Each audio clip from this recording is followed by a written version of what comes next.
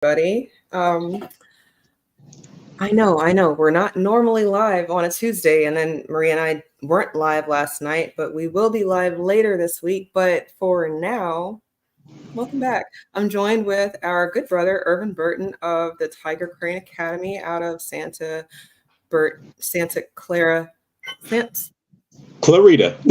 I know, right? Every place sounds. California, right? All those cities start to blend for me if it's not LA. So, right. Tell them more time. Where are you out of? So I'm out of Santa Clarita, which is like it's a city in LA County, which is kind of like what they call a lot of times the greater Los Angeles area. So you have the city, and then you have everything surrounding it, like the suburbs, basically, and that's where I'm at. So I almost had it, you guys. Yep. You've joined us before. You might recognize Irvin. He has definitely been on the channel for a different awareness month, and now we've got him back for another awareness month. I am streaming to both Twitter and millennials, so I do think that you might be a familiar face in the place, but if they are unfamiliar with you, let me just share your site real quick.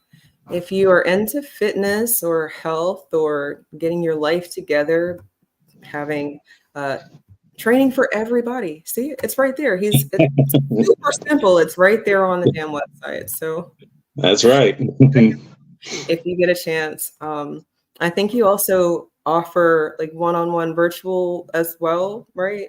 That's correct. Yes. Do virtual training. I do one-on-one individual and small groups, and getting back into large group training this fall too. So I do a little bit of everything. Excellent. So, there's no excuses, you guys. You can't say that you can't make it to the gym because you don't have to go to a gym. You can't say that I can't make it to Santa Clarita because you don't have to do all of that. But you do have to do something if that's your goal, if that's where you want to be. And tonight we're going to talk about Black Business Month, because I actually haven't seen anybody talk about Black Business Month, and that's so strange because all of us have these Black businesses, and I'm like, hold up, wait a minute, why is Irvin the only person talking to me about Black business? And it's Black August, right? So people's attention span can be a little lower at times. We're trying to walk and chew bubble gum. They tell us we can't do it, but we can. It's just it's the process. But can you at least start us out? When did you start celebrating Black Business Month? Yeah, I started celebrating Black Business Month really in the last few years, particularly during 2020. I was, for lack of a better term, I was really more like an individual type, Black Business Month supporter. But once 2020 hit, I realized there was a lot more community in my area than I realized, because in the city I live in, we're only about 4% of the population. So, it's hard to find us out here. But when I found us, I said, wait a minute, doctors, lawyers, business owners, I mean, they're all over the place. We have to wait a minute. We gotta get the word out, So I ended up creating a group, a Facebook group called the Black Business Alliance of Santa Clarita, and started adding a lot of people there. Was kind of behind the scenes, so to speak. I wasn't, I was inviting people and adding people, but most people didn't know I was, in the group. And I would show up to Black events and things like that. And I said, hey, I really like your business. Have you ever thought about joining the Black Business Alliance? And they'd say, I've heard of that group, I just don't know who runs it. I'm like, oh, well, hey, I can introduce you. And so they were like, oh my gosh. They said, wow, you're like really behind the scenes. You're not really like putting it out there. I said, well, there's too much, everybody going for glory, right? It's not about the group. It's about me. And that we, even out here, we get a lot of that. So I tried to be that guy who's kind of behind the scenes, just kind of promoting and letting people just add others to the group. And getting my mods or my, people who are, helping to run the group, add people in. And, we have what I call a, a vetting process.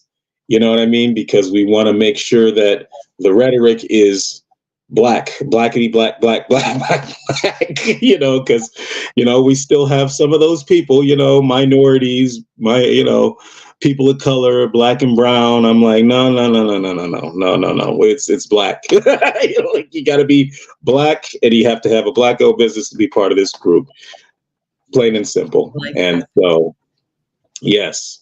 So I've been celebrating really since before the pandemic, but particularly from the pandemic on, I've really been putting it out there. So to answer your question there. That's good. People like to act like they know everything, and I'm finding that most people don't know half of what the fuck they're talking about. And then there are honest people who are like, no, I didn't know that always, but I know it now, and this is a reflection of my newly found knowledge. So I like to start there. At least I'm glad we started there, because I've never celebrated Black Business Month as much as we try to make it a point to shop Black anyway. Try to do business with Black anyway. As a first prioritized option. And then sometimes it's not there. You need a specialty service done, and we're not in that industry yet, or not in a big way. So then you have to start to figure, you need the work done, and you're gonna have to either do it yourself or hire out for it. So Black Business Month, just for the people who aren't aware, it started in 2004. So I was still in high school in 2004. And inside of it, what I've learned is that our elders and olders, depending on your respect level for these people who are older than us, they were sold a bunch of lies. And then, unbeknownst to them, and probably in a very benign, malicious way, they passed these lies on to us. And then we either are glitching because we're saying, no, my ancestors didn't die because they were trying to vote. They died because they were Black. They were just being targeted because of who they were and not what they were doing. And in real time, Right. I learned that Mr. Jones, is that his name? His name is Frederick E. Jordan, not Jones, Frederick E. Jordan, out of California. Basically was kind of fed up with the fact that affirmative action wasn't working the way it's supposed to. And then they were saying, this is back in the 90s, oh, we're going to get rid of it. And what I've learned in my awakening about Dr. Claude Anderson's role with affirmative action and how it was supposed to specifically be for a specific group. And now, you can be a white woman, a midget, left-handed, or any other non-societal conformity standard and be a minority that can benefit from this thing. So I said all that to say that I really like that he wanted to focus on us, but then inside of him focusing on us, he couldn't do it like that because of the stuff that he'd either learned or came to the knowledge. The information sharing wasn't the same. And then I try to give that to our olders or elders, because I find that a lot of them, when they talk to a me or you, they're not stupid. They're not slow at all. They just thought that you had to do it this way. People talking about consequences being so steep for things that you don't actually get a consequence for. It's, oh, you can't talk about who you vote for, but you absolutely can. Oh, you can't talk about how much you make unless you signed a contract that says you can't. You absolutely can. That's how these businesses get over on us, because we don't know that people working in the same jobs are making more than us with less experience, and just a whole slew of problems. And Black Business Month, if you don't want them to take your Black job, then make one. And you are. Right. Yeah, it's true. And to kind of piggyback off what you're saying, I've always looked at the idea of, getting that job, trying to get jobs from the establishment as being Black people's way of assimilation, and because we can't really assimilate the same way other groups can. Right, Great right. great example is that I've got a friend I grew up with, known him since I was like second grade, so about 7 years old, and I'm still friends with him to this day. But his mother is, Puerto Rican, came here in the '60s. She doesn't speak a lick of Spanish and doesn't know much about the culture because her parents' whole goal was to assimilate her into the dominant society. So Right. because of that, she was, and you wouldn't think anything by looking at her, but having that background, coming from. Wait. What do you mean? She's a Black Puerto Rican, or what do you Oh, mean? I'm sorry, she's a white Puerto Rican. Okay. So because of that, so because of her being a white Puerto Rican, she can come in here and she can kind of assimilate. And one of the big things they said to her, funny thing is she was telling me this, when she was getting married, was her last name was McDonald. So they were like, "Oh my gosh, good, you got that nice white American last name. That's perfect. Now you'll be able Okay. Yeah. to." No, So that's crazy. Go ahead. No, keep yeah, going. yeah. And so the reason I bring that up though is because we as Black people, we couldn't do that. You know what I mean? We couldn't just go in and assimilate and marry someone. I mean, we tried here and there, and I think some people still try, but Yeah. our form of assimilation was job, job, job. Make sure you get a job with the establishment. Make sure you get in here and get that nice, safe, secure job. And we Right. kept trying to push to try and work for the establishment because I was watching a clip, and I think Dr. Claude Anderson was on it as well. But he talked about how whole town, when assimilation happened, whole towns were abandoned. Right. I'm sorry. When integration, you mean? Integration. I'm sorry. Yeah, that's what I No, meant to say. it's the same. No, I like that because the English language does that, and then people think that you can't have a layered conversation. And integration, we didn't need that. But like you just pointed out, there's so many examples of us leaving our shit to go do their shit, and that is assimilation. So it's Yeah. I like that. That's a good way of putting it. And Dr. Anderson specifically has had a couple businesses not do as well as they're supposed to do because Black people weren't supportive of the things that he's doing in the way that these other groups, can conglomerate behind each other. I'm gonna say this real quick and then I'm gonna get to our first topic. But I'll never forget the first time I saw like 20 people get out of a car. And I'm not talking about a van or a truck. I'm talking about 20 people got out of a car. And they were stacked in there like a damn clown car.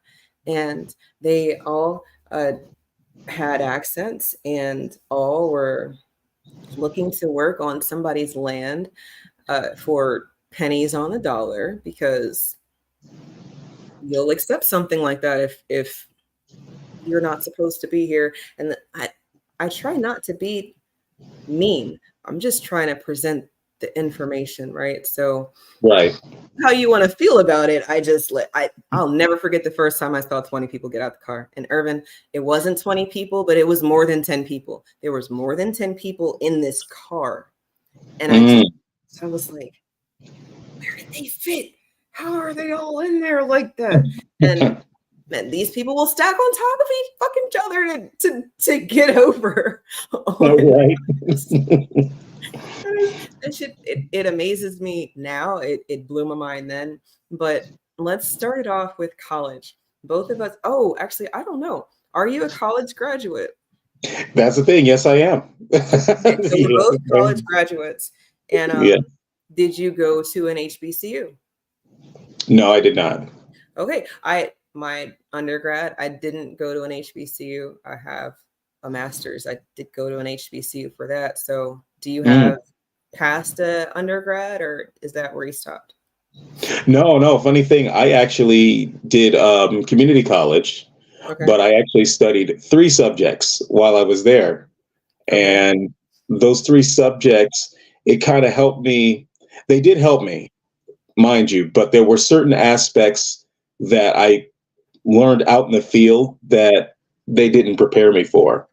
Okay. And it was very interesting to find that out, because at the time I was doing that, there was this kind of shift from going to the universities, which I did for a semester, but I was just like, okay, this ain't working. It's too expensive. But what I realized was there was this kind of this shift at the time saying, hey, instead of going to the university, people should go to the community college Right. and work that, while I was working that. But having been there and studied 3 subjects, I realized, well, the community college, it's nice if you want to figure out what you want to do, but if you kind of already know what you're going to do and everything else, there's no real need to go. I mean, I'm just being honest. Actually, no. Let me this is an excellent spot to start, because we grew up with what you said. You need to go out there and get that job, and our parents were taught that you have to have special skills to get the high-paying jobs, which is why you would even go to college, to get these extra special skills. And then, just throwing this out there, me personally, how I personally feel and what we're teaching and pushing on our minis, if you're not about to be no doctor or going to NASA to go to fucking Mars or find water on Mars, I'm not pushing college at all to any of our minis. He might, but I'm not, because I think it's a trick bag. The whole thing is tricks, because not only is the internet around and a tool that you can use to teach yourself, but there are so many people out here with skills. You just need to find them and then do the networking thing, like what you said. And hey, Kush, Kush, send me a message on Twitter. I would love to get you on this panel, this Black business in the Twitter world. She has spaces all the time about Black businesses, and she's always dropping Black business plugs. Like, I'm talking all the freaking time. She's all the time. I'm surprised she doesn't have a space right now. Kush, I said earlier that I hadn't heard anybody talking about Black Business Month. So let me just ask, have you had a space for Black Business Month? Because I haven't seen it. And you know that Twitter does that thing where they shadow ban us, so I don't actually see spaces unless y'all send them to me specifically. But is that yeah, okay. I see your DM. America the Black Success Story. Yeah, see, to me, your spaces just kind of seem Black business anyway. Like, I don't know that I saw a Black business space specifically. Okay, Black American Business Space Part 8. But Kush, you always label your space as Black American Business Space. I'm weak. Okay, so that is actually a person, but she doesn't have this huge platform. You would think that people with bigger platforms, this has been out for 20 years. It's 2024, 2004 when it came out. California is a big state. This is something that people should know, because when we're fighting for our reparative justice, tangibles, and resources, specifically for us, anything that is going to further that agenda should be a time for us to talk about it, like specifically about us and those reasons why. But college, yes, absolutely. About college, I think if you're not about to do something super specific, then you can get the skills another way. But about community college, what I've learned is that people were taught that, oh, you're too big for community college. You need to go to a 4-year university. But they're so expensive, like what you just said. So what people should do, this is my advice to anybody who's going to college, Go to a community college in your area and get your gen eds done. All the bullshit classes that you have to take because everybody has to take math, science, English. There are core classes you have to take the first 2 years of college. And then the second Yeah. 2 years of your college experience or more is that specialized thing that I was just talking about. So definitely save your bread, college yet, because that is, even if you know what you're going to do, because you're going to save so much money paying for community college classes with the same credit that you would pay at a 4-year university. So Oh yes, 100%. And just to piggyback off that, Eve, a lot of people don't realize that you have to take at least in California, you have to take the same amount of classes that you would take at a community college. So all your gen ed, you do have to take if you were to transfer right out of high school to the university. Mhm. And the only difference with that is that if you did that, you more than likely would have to take more units. So in the case of community college, which is why I went to community college and my sister went to community college as well, you only have to take 60 units of gen ed. You go right to the university right after high school, you could take up to, and we've seen 70 all the way up to 90 units of gen ed that you have to take before you even get ready. So you pretty much have to do the exact same thing that you would have done at a community college at the university, with the only exception being that you could say, oh, I went to the university right after college. So Absolutely. That to me says everything I need to know right there. And it's why I went to community college, and really in the long run stuck with community college, because it was better for me as an individual than it was to try and fork over all this money at the university. Oh, that's exactly what I'm saying. And then for what it's worth, because I'm not pushing college at all to the children, really whatever you got at your community college studying 3 different things, that's probably all you needed to do whatever it is that you're doing professionally. And that's not a dig or anything. It's just really, most of the time people think that they need all these extra special skills, or that they have to be credentialed by them people, when really it's about experience. Have you done this job before, and do people like you? 100%, 100%. It's so true. I mean, to this day, I mean, with all my credentials, not a single client I have had has asked for them. And I have them. I could easily show them, hey, look, I'm a NESTA certified, National Exercise Sports Trainers Association certified personal trainer. I have my degree in kinesiology. I've got, I've got all the, I've got my certification as a self-defense instructor. Right. I could show them all of this, but not a single person has asked it. All they've said is that, hey, can you train me? Can you teach me? Can you, fill in the blank? And the answer is yes. And they're forking over anywhere between, $85 and $150 an hour to train with me.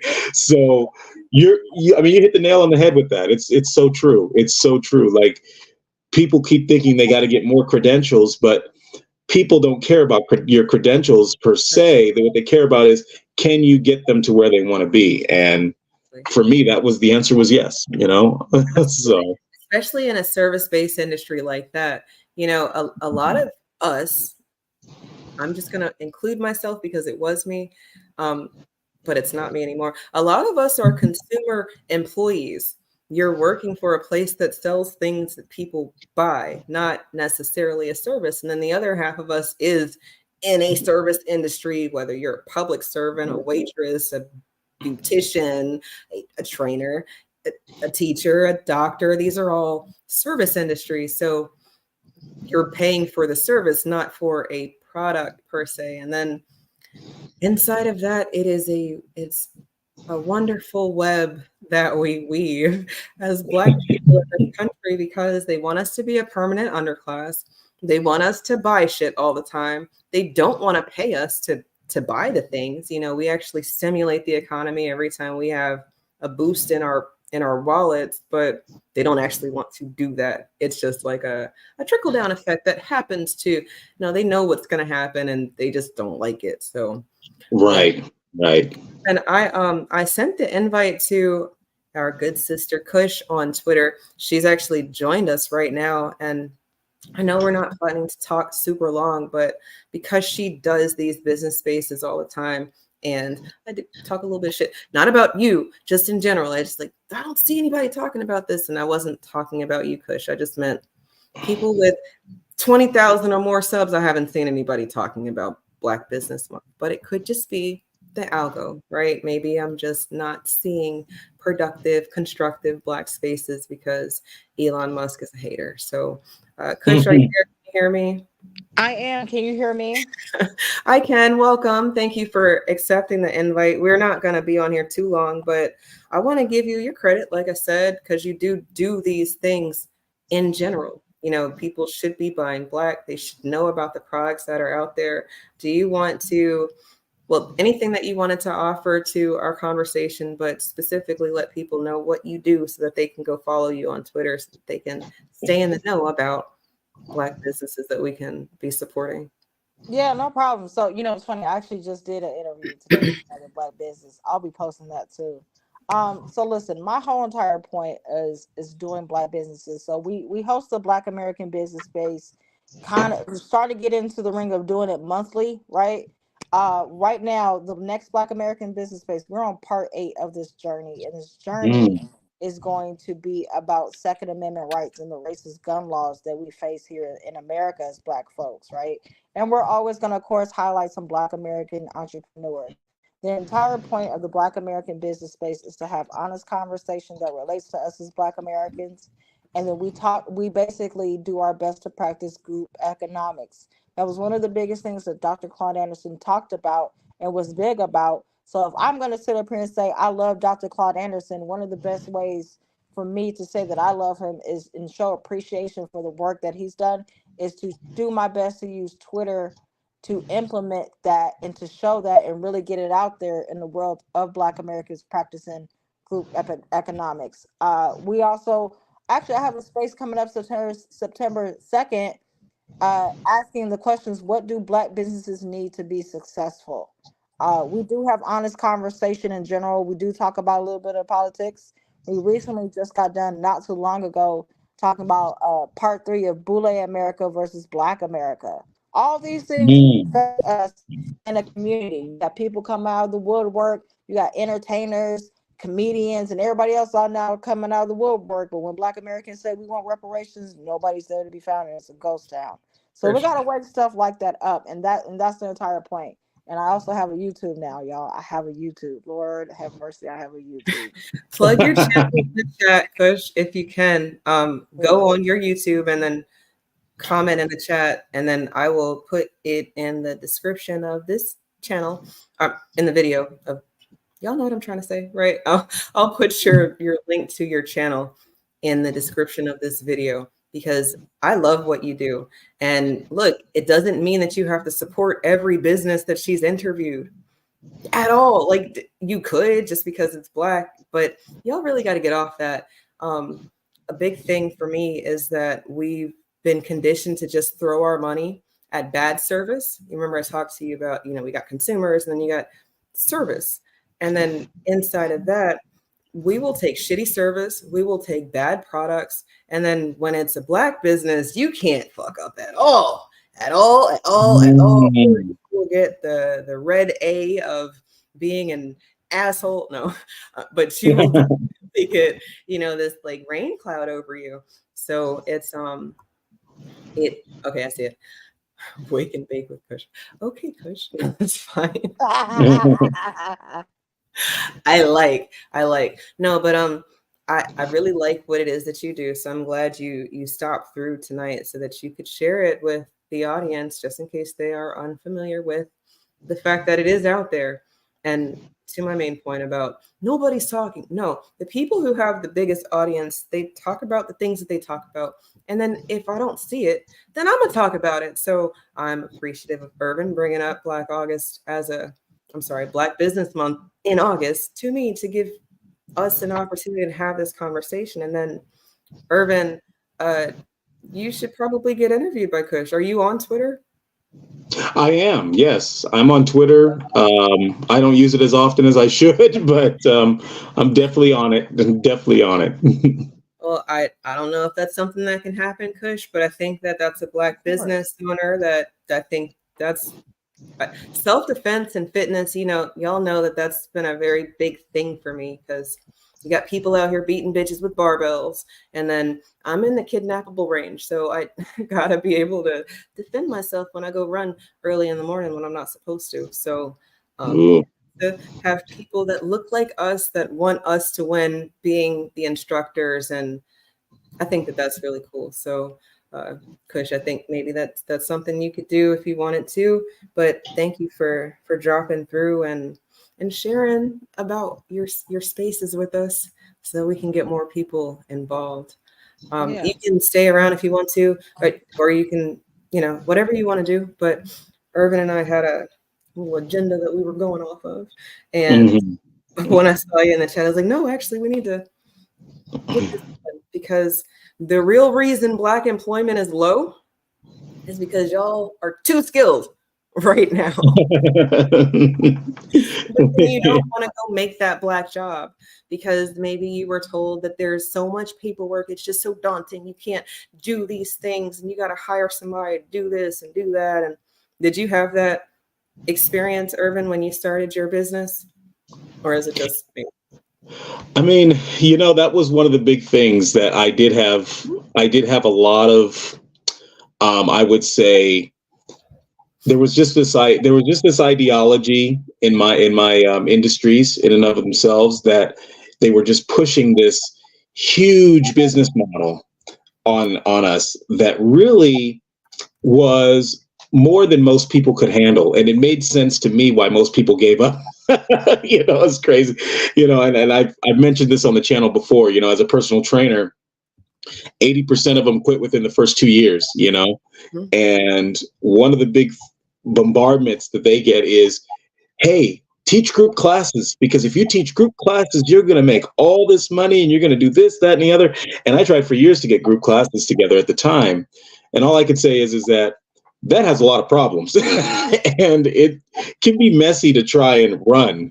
To be honest, the one-on-one training I don't even do group training in terms of fitness. I'll do group training for self-defense training because that's actually a good thing and they're learning a specific skill set. But when it comes to fitness training, I'm only doing one-on-one and what they call semi-private, which is 2-on-1 training, couples, so I've trained husbands and wives, I've trained, individuals, and that's where my mindset is. And that's because it's an easier model. And a lot of it comes from the idea. I don't know if you guys have heard about the, what do they call that thing? The cash flow quadrant. And anyway, basically, Robert Kiyosaki, Rich Dad, Poor Dad, he talks about this extensively about the types of people in the business world. And you have the employee, you have the self-employed, you have the, business owner, and then you have the investor. And in this quadrant, a lot of times they'll say, hey, the left side of the quadrant, which where you have the employee and the self-employed, they'll kind of, I'm not going to say talk down on them, but they'll say, hey, this is a side of a quadrant you don't really want to be on. You want to be on this other side. And so B stands for, big business. And so people think that, hey, I got to have a big business. I got to be invested in all these types of things. But, realistically, we need all those people. But for us as business owners, hey, we could be in the S quadrant. We could start there. And do we need to be a big business? The answer is no. We can be a small business. You know what I mean? Business owner. We Right. can have, 2 to 5 people running a business or 2 to 6 people running a business and still make a good living off of that. So yes, to answer your question, yes, I got a lot of that, Eve. Got a whole, oh, there you go. You got it. No, Got a lot of that, Eve. that's math that makes sense to me because we are used to being employees, right? And then from Mhm. there, you know, people they say, all right, I'm done this 9 to 5. I'm gonna have to go into business for myself.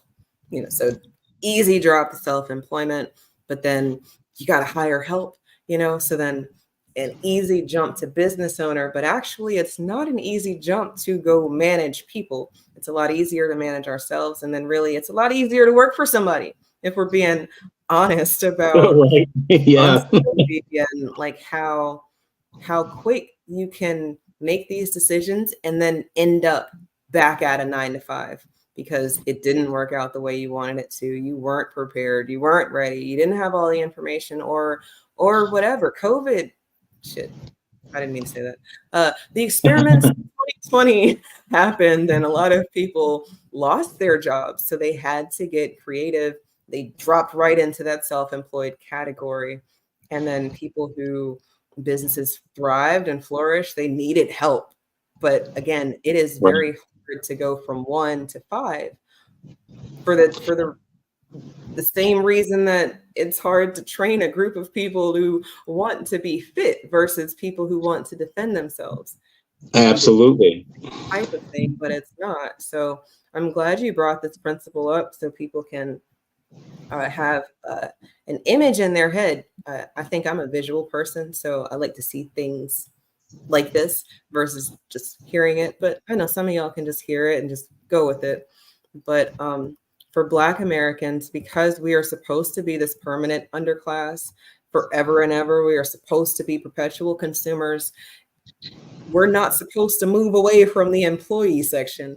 And really, he's missing a section because you've got people who are employed, but they're getting things. So this is what white people would say, well, y'all are already getting reparations because you got government housing and you get food and you get insurance, and those people don't ever have to move to employee if everybody's way is being paid by somewhere else. And then this consumer, you know, they've just got a cash flow that they can just spend whatever on. So but I don't want to see consumers, you know, and I know everybody's not going to be a business owner, so don't do that, you guys. I'm not sitting here saying that there's a one size fits all approach for any of it. But personally, if you're going to go to college, make it for something that you need a degree for. Like you can't be chopping people up with no degree. They will throw you in jail. They will not let you. I mean, somebody will let you, and then they find out that you sepsis to patient, your ass is going to jail. You know. Yeah. That's true. Right? That's true. But and yeah, you hit the nail on the head, Heath. You know, every person is different. Every person has a different mindset, has a different talent, has a different everything. I mean, I know people who, you know, work as trainers at gyms and they're perfectly happy doing that. And then I know people who are like, you know, part of the self-employed, like I am, where I'm just like going into people's homes and training them, you know, in their homes. But then, of course, I know the business owners who own the small business who have like, you know, 5, 6 employees that they manage. And, you know, all of them do great. All of them have their own reasons for doing it. And they're happy. And that's my thing. It's like, hey, if you're happy doing that, that's not a problem. You know, it's like, boom, because I'm going from the self-employed myself over to the business owner. You know, I'm hiring family to help me run my business now. So, you know, I'm like, hey guys, this is the family business now. You know, it's not just me anymore. Now you're getting paid and you're part of this and you're helping out. So let's bring it in. And I just say all that to say that, you know, there's pros and cons for all of these. You know, a lot of people think, oh man, if I just get over here to the business owner, investor, I'm like, yeah, but you know the cons. Don't think about the pros. We haven't talked about investor yet, but one of my clients was an investor, and when 2020 hit, he lost a ton of money. You know, I mean, he lost hundreds of thousands of dollars just because, you know, everything was just delayed. You know, businesses weren't operating.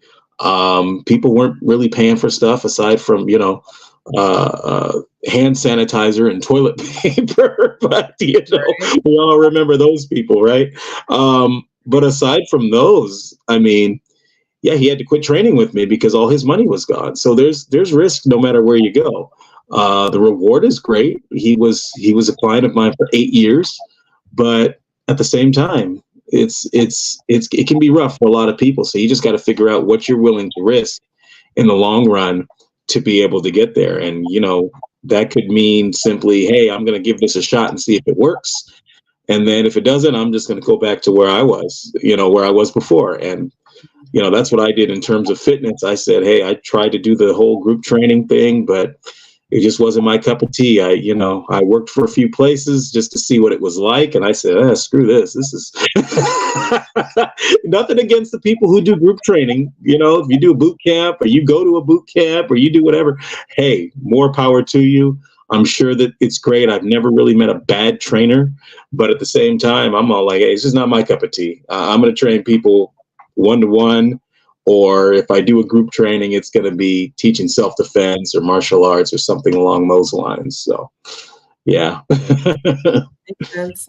No, I think that's great. And investment opportunities, that's not, I don't think that that's our story yet, but I think that it's coming. There are a lot of us who've made money doing things unorthodoxly. And I don't mean gang banging and drug slinging. No, I mean, like, you didn't follow your parents' rule of go to college, get a job, and then do that. You did something else, whether it was crypto for a time. You were one of the first Bitcoin buyers, and then you racked up, because there are a few of us out there who did do that. Now, can you do that now? We might have to have a conversation about that in the future. I don't know, but I know that some of these unorthodox ways of acquiring wealth, they've been very taboo. So then who is going to invest in you if it's not the bank? If the bank's not going to give you a business loan to do the things that you're trying to do, whether it's get a property, whether it's buy merchandise, or, get yourself to these conventions so that you can sell the things that you have. If it's not going to be the bank, then who? So, using our family, our connections, bartering and networking, I think that is where we used to be. So in the chat, Alex, who dropped through a little while ago, he was talking about how we used to do things on our own. And then now we kind of, not only do we not do things on our own, but the elders that are in the community that we could be getting something from it, they're a throwaway population. And this is coming, he's a nurse and he's older than us, a little bit. Mm-hmm. So, he might have some information there about what he's seen personally. But what I've seen personally is that, that older people get tossed to the side and then younger people get opportunities. And then from there, it could be a slew of other reasons for why the investment opportunities are not falling in our laps, like how they would fall in the laps of a melanated person from somewhere else. You come from a country across the pond and you make flip-flops from tires. You might find a bunch of people wanting to invest in your flip-flops, and not because it's this great product, but because of the story behind it. And our Black American story it doesn't work for us the way that these other people use their melanin as a sob story. And I think it's because we've been fighting this whole time. Like we can't say, y'all are being mean, and then we don't need you, all in the same breath. Yeah. It's tricky right now. So in the paperwork side of things, you guys don't feel like it's all is lost because you want to go into business for yourself. And we just told you that a lot of them don't last because of whatever reason. No, do your homework, research. You can reach out to me. I try to make myself available. I think that anytime Irvin's come on, he's made himself available to, the platform. Just let him know you saw him on my channel. And then it's not just like a random who's trying to just milk him for all of his resourceful information that he's got up there. Oh, yes. So, your ability to get people to pay $100 for a session, people need to know that that is a skill that people don't have.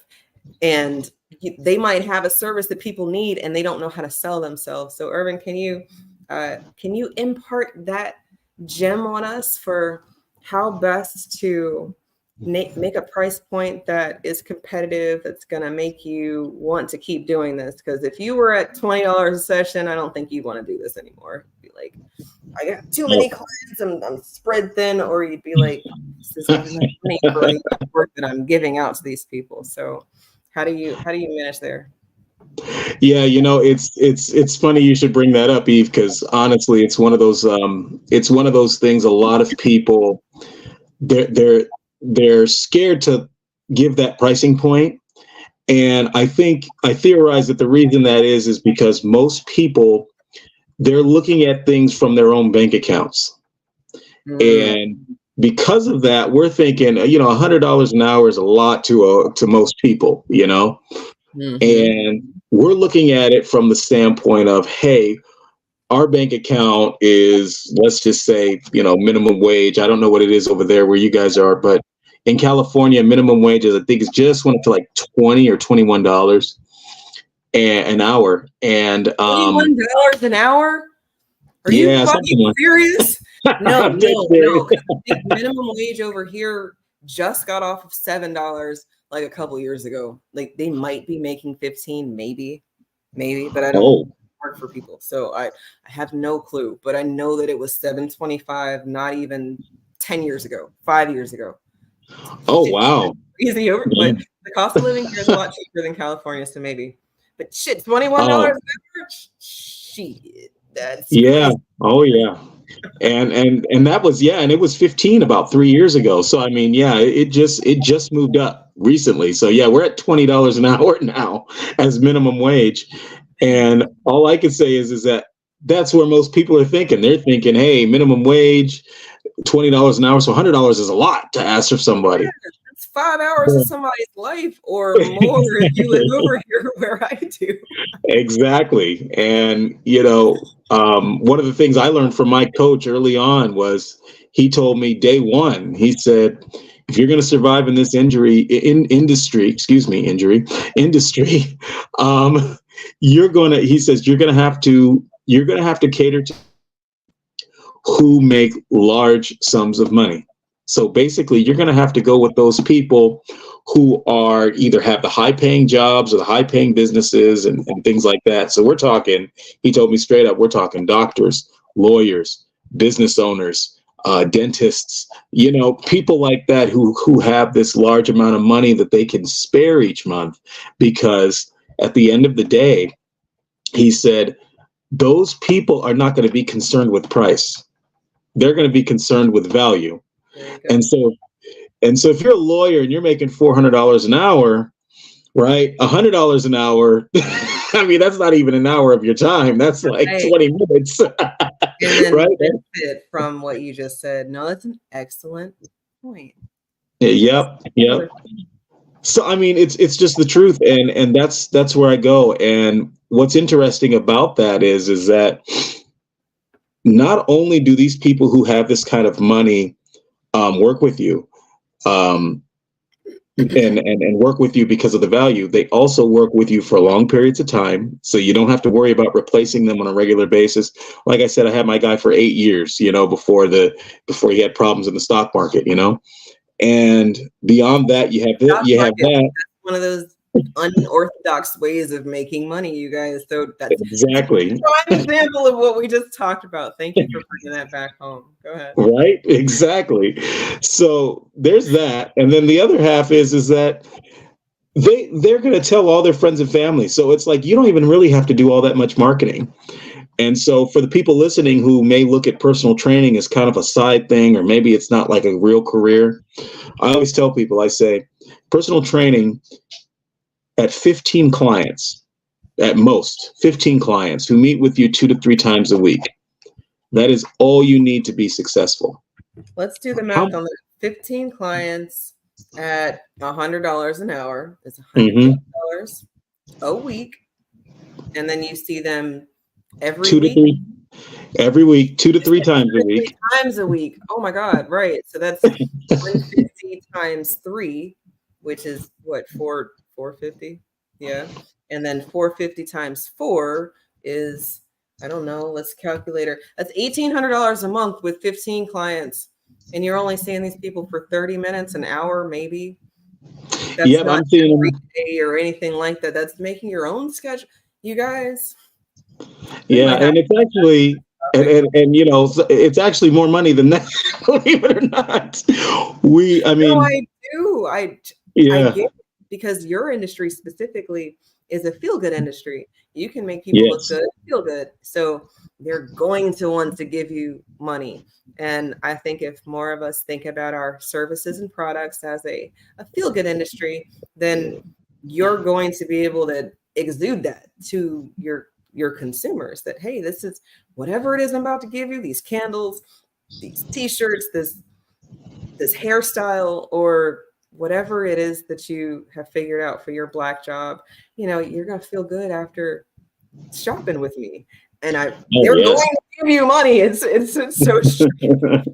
oh yes, You're right. absolutely, absolutely, and just to give your viewers a little bit more, excuse me, on this. One of the big things is that I didn't need any overhead. Um, these high end clients that I get, they want you to come to their house. They don't, if you look online, a lot of the business ideas geared towards personal trainers now is owning a gym, having a gym, having a place that you pay for, et cetera, et cetera. Not saying there's anything wrong with that. However, when you do the in-home sessions, you find one of two things happens. Either that person just appreciates the in-home session and that's what they want, or they buy their own equipment because they have the money to do so. Right.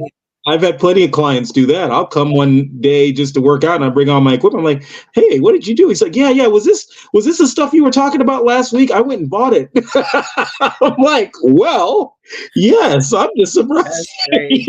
you did it that quick, And so, and just to piggyback off of all of that, you talked about networking earlier.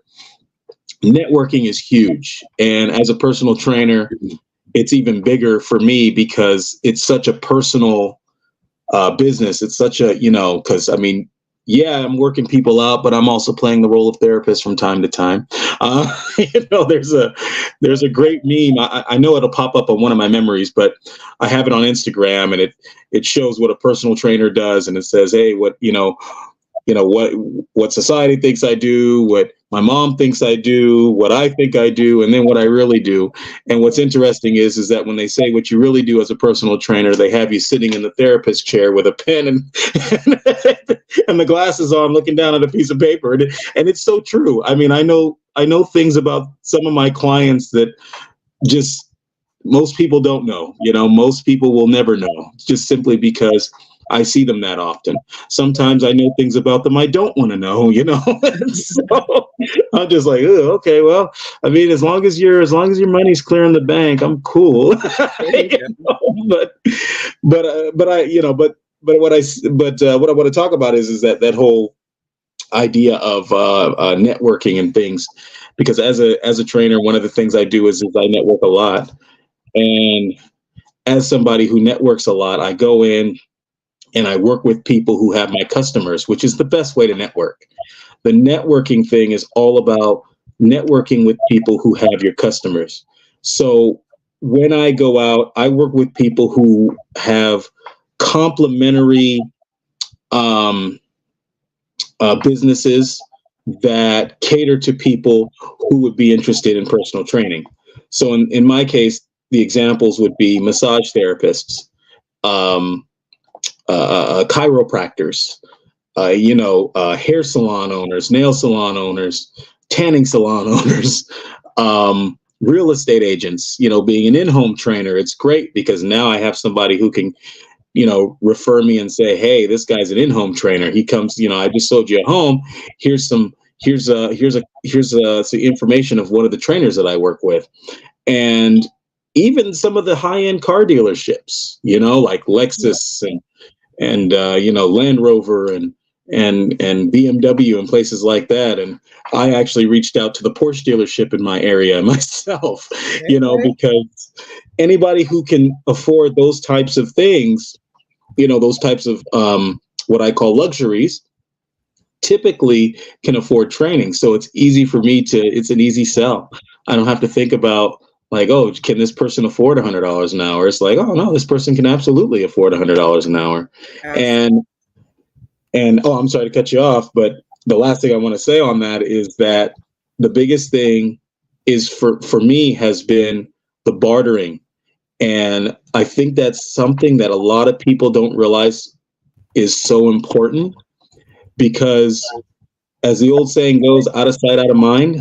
Mm-hmm. So people will start to leave like business cards at businesses and do stuff like that. But I actually barter with the owners of those businesses. I actually go in and say to them, hey, listen, I'll give you 1 or 2 complimentary training sessions a week. You can know what it's like to train with me.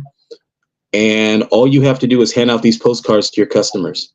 So to them, it's like, well, shoot, I get free training. And I also, and all I have to do is hand out these cards to my customer. Sure, why not? And I tell them the same thing. I tell them, hey, listen, I'll tell all my customers about you, and I'll hand out your cards to them, and even some of the other business owners I work with. Great example is this tanning salon that's opening up in my area at an event, network. And they're opening up in September next month. And I'm working with them right now, but I'm also working with this massage therapist.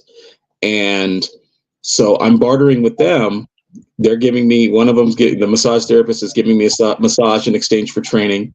They're going to give me like free, tanning, which I probably won't go there that often, but I mean, I'm still I'm still working with them and training with them. And the big thing about it is that now I've linked them to so she's got customers where she charges the massage therapist I'm bartering with. She charges $125 an hour for massage. And so she's got customers paying even more. And so I'm like, hey, why don't you guys link up? You guys probably have similar customers. She likes the idea of tanning. Boom. Now we've got something. Now we've got kind of a network referring circle going on, Mm-hmm. And the best part is it did not cost me a thing except my time. All it took was me to exchange a business card, make a phone call, and set up a plan. I think, so for the price of Starbucks coffee I use to kind of go in and have a chat with them about how I want business dealings to work, you get this, and it's a wonderful thing. It's a wonderful thing.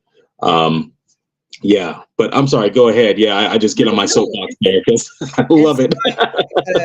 I actually have to get better with that, because when I'm having someone on, I really want you to talk about your expertise, but this wasn't really an interview as much as we were networking. This is a networking session, you guys. So, I try to have constructive, productive conversations. A lot of time they are uncomfortable, and you might have been uncomfortable about the fact that we're telling you that, with them isn't necessarily a move unless you can do what Irvin's doing. If you can find people who understand that green is green, then together, and y'all don't have to like each other at all, as much as you just know that there are people out here going to provide services, and you can get in on that money if you take the time. And I'm glad we took the time tonight to talk to you guys about Black Business Month. Irvin, please don't be a stranger on the channel. So whether it's my main, Just Steve, or Millennials Adulting, you are always welcome to come shoot the shit. Oh, you got it. or whatever it is. So I'm glad we were able to do this tonight. You guys, tonight's very busy for me. I know y'all are busy too, but I'm about to be live with Dr. Short talking about dicks. I know it's but if you want and join me on my other channel, Just Steve, we will get started as soon as we finish up here. But Irvin, please let them know how they can find you. Again, Remember, I will post this stuff in the description of the video. So if you miss it, you can just go back to the replay and catch it there. But just for the people who are here with us, because we got like 50 people watching right now. So please let them know where they can find you. Oh, yeah. You can find me on my website, tigercranescv.com. That's my main website. You could also find me on Instagram, Tiger Crane Martial Arts and Fitness. You could find me on YouTube, Tiger Crane Martial Arts and Fitness. You can also find me on Instagram and YouTube at the Self-Defense Company Santa Clarita. You can find that. You can also find me on Twitter Spaces with the same exact names, everything. There you go. Branding is huge, and we are going to hit that at some point in the upcoming programs and shows and broadcasts or whatever the fuck you call these things where I'm talking. Stay tuned. Yeah. Hit the bell if you want to be notified. I think this channel does not have the same shadow ban as my other channel, so you probably will get notified when I do drop a new show over here.